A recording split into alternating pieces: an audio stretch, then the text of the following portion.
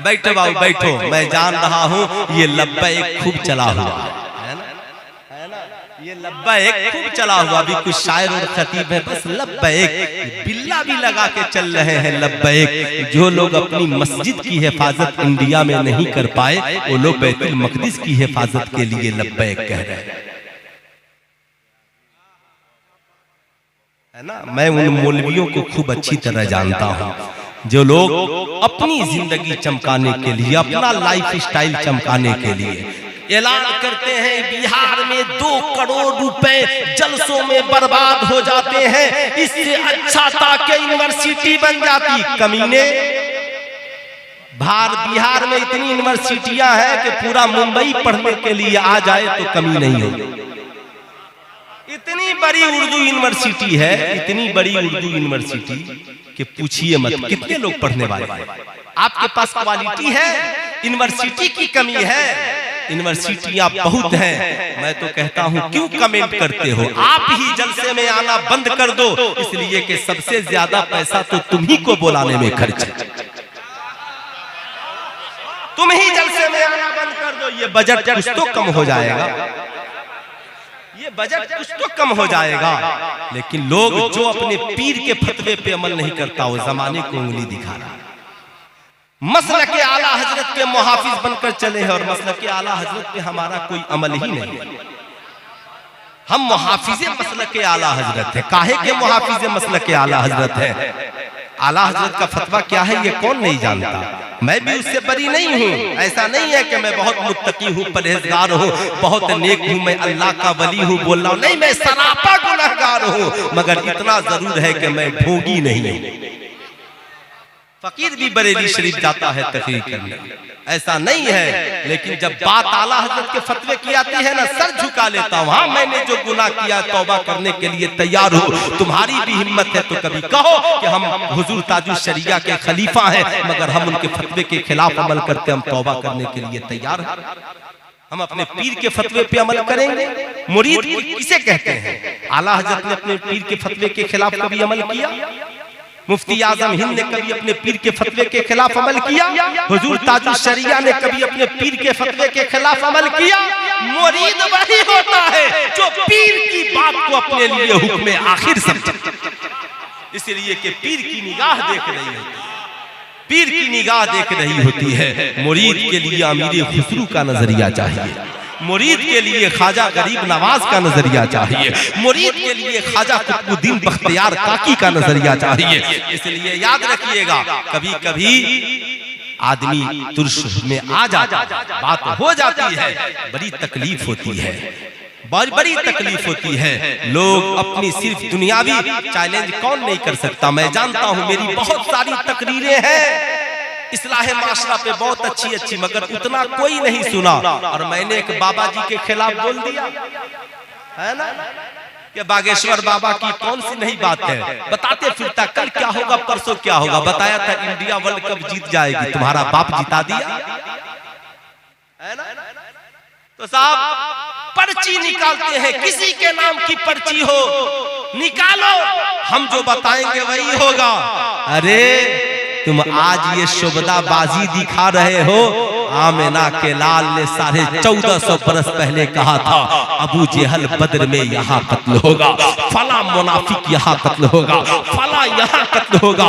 जंग के बाद जब सहाबा ने देखा तो हर काफिर वही कत्ल होकर पड़ा हुआ था, न 1 इंच आगे न 1 इंच पीछे।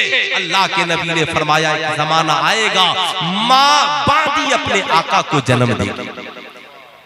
तो आज ये हो रहा है, नाच गाने बाजे की कसरत होगी, हो रहा है। क्यों? इसलिए कि न खुदा की बात गलत हो सकती है, न मुस्तफा की बात गलत हो सकती है।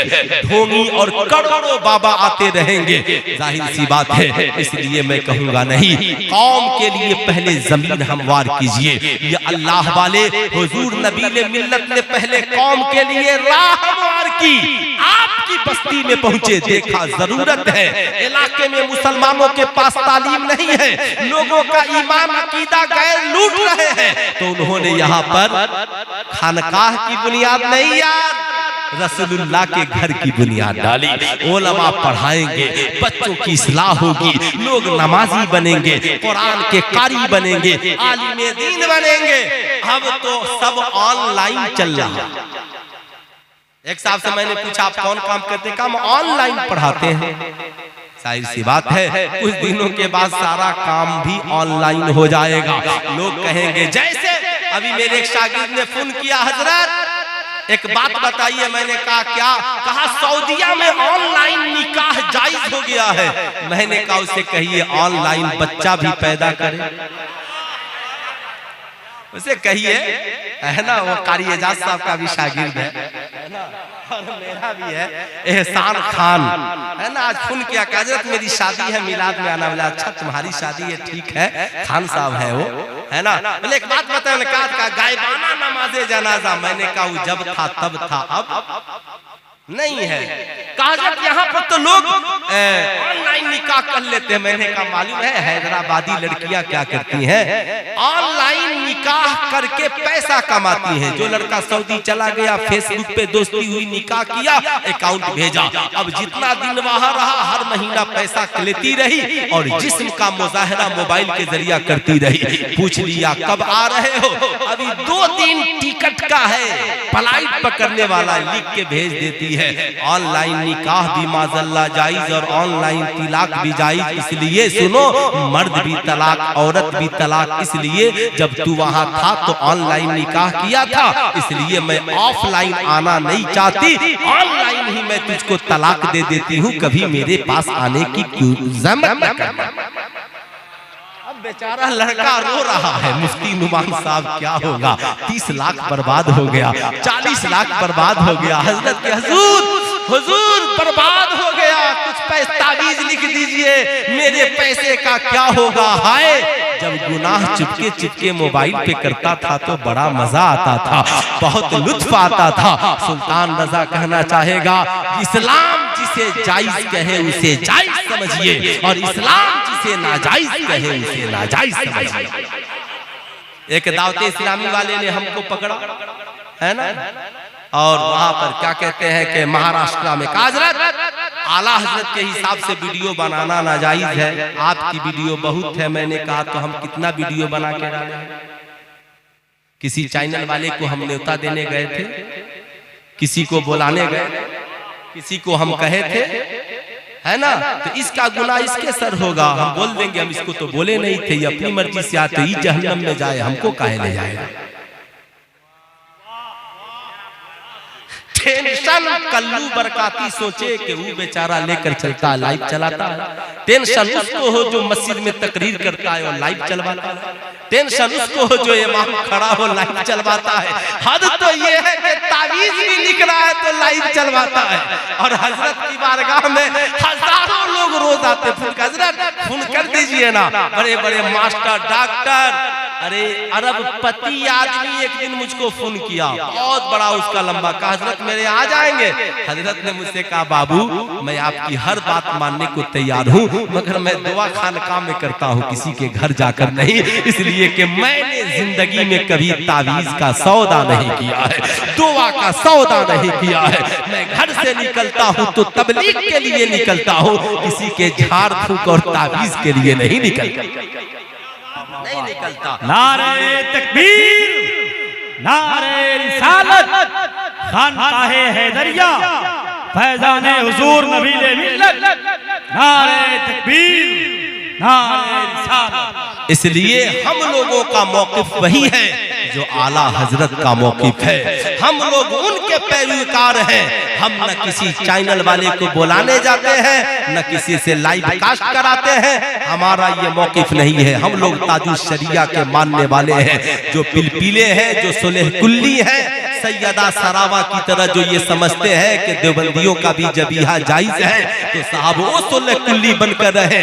हम मुसलमान हैं, जानते हैं किसी काफिर और बदअकीदा का जबीहा न कल जायज था न आज जायज है, आज जायज है। इसलिए आप लोग भी कोई प्लेन से उड़ कर आए ना तो मुरीद मत हो जाए। कोई स्कॉर्पियो से उड़कर आए तो मुरीद मत हो जाइए, यूट्यूब और चैनल पे देखकर मुरीद मत होइए, बल्कि देखिए किसकी नस्ल अच्छी है, किसकी खानका अच्छी है, किसका किरदार अच्छा है, किसका इल्म अच्छा है और किसका मसलक बरेली के इमाम अहमद रजा के मसलक से मिल रहा है। ये देख करके मुरीद होइए, वरना फिर हमारा हाल क्या होगा। हम मुरीद होंगे मगर कोई फायदा नहीं होगा। बुरा मत मानिएगा, वर्ल्ड कप चल रहा था, है ना, और पूरा हिंदुस्तान टिक टाक ठूक ठाक में लगा था। एक लड़का मुझसे कहा, हजरत भारत ने बदला ले लिया। मैंने कहा अच्छा क्या हो गया? कहा अभी ऑस्ट्रेलिया को हरा दिया। मैंने कहा बकलोल, जहां महफिल सजी थी या पूरी दुनिया देख रही थी वहां हार गया और चुपके से गली में जाके मर्डर कर दिया, जीत गया। अरे बेवकूफों, ये हमें बेवकूफ बनाया जा रहा है। बेवकूफ, दुनिया का सबसे सुपर पावर मुल्क है अमेरिका।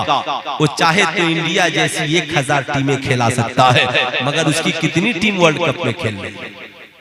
दूसरा सुपर पावर मुल्क है रशिया, उसकी कितनी टीम वर्ल्ड कप में खेल रही है? तीसरा सुपर पावर मुल्क है चाइना, जिसका प्रोडक्ट सब लोग इस्तेमाल कर रहे हैं। चाइना की कितनी टीम वर्ल्ड कप में खेल रही है?